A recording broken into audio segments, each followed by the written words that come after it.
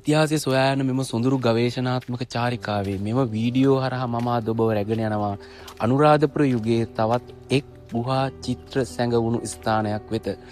මෙම ස්ථානය ඇස ගැටීමකින් තොරව දිඹුලාගල කඳු පාමුල ගිරි ශිඛරයේ මැදේ පිහිට ඇති ගල් ලෙනක පිහිටා ඇති අතර බොහෝ දෙනාගේ ඇස නොගැටෙන බොහෝ දෙනා නොදැනුවත් ස්ථානයක් ලෙස පුල්ලිගොඩ රජමහා විහාරය හඳුන්වන්න පුළුවන්.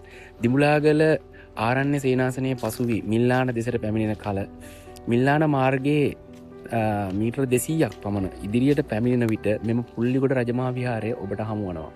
ප්‍රධාන පාර අයිනෙන්ම දිඹුලාගල කඳුවැටිය දෙසට දිවෙන අඩිමාර්ගයේ ඔස්සේ ගමන් කරන විට ඔබට මෙම චිත්‍ර ගුහාව වෙත ලංවීමට හැකියාව තිබෙනවා.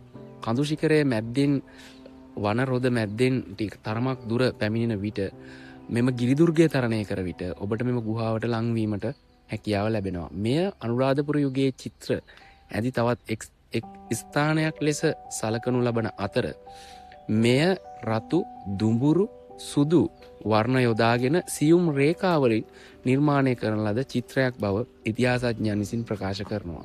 ඒ වගේම ගල සුමට ලෙස සකස් කොට එහි ඇතිරු බදාමයක් මත මෙම චිත්‍ර සිතුවම් කොට ඇති අතර මෙහි වස්තු බීජය නම් මේ වන තෙක් විචාරකයන් විසින් ප්‍රකාශ කර නැහැ.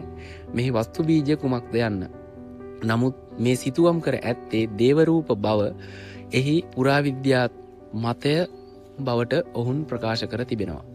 ඒ වගේම මෙම සුන්දර ස්ථානය මේ ස්ථානය මධ්‍යයෙන් තවත් උඩට ඔබ ගිය විට එම ගිරශිඛරය මැද්දට ගිය විට ඔබට දිඹුලාගල කඳුවැටිය හරි අපූර්ව ලෙස දැක ගන්න පුළුවන්. ඉතින් මෙම වීඩියෝ හරහා මම අද ඔබ වෙත ගෙන ආවේ ඓතිහාසික දිඹුලාගල රාජධානියේ එසේත් නැත්නම් දිඹුලාගල කඳුවැටියේ සැඟවුණු රහස් අතර සැඟවී තිබෙන මහජනයාගේ දැක්මකින් තොරව සැඟවී තිබෙන තවත් එක් ස්ථානයක් ලෙස තමයි අද මේ වීඩියෝ හරහා මම ඔබට මෙම ගුහා චිත්‍ර තිබෙන ඓතිහාසික පුල්ලිගොඩ රජමහා විහාරය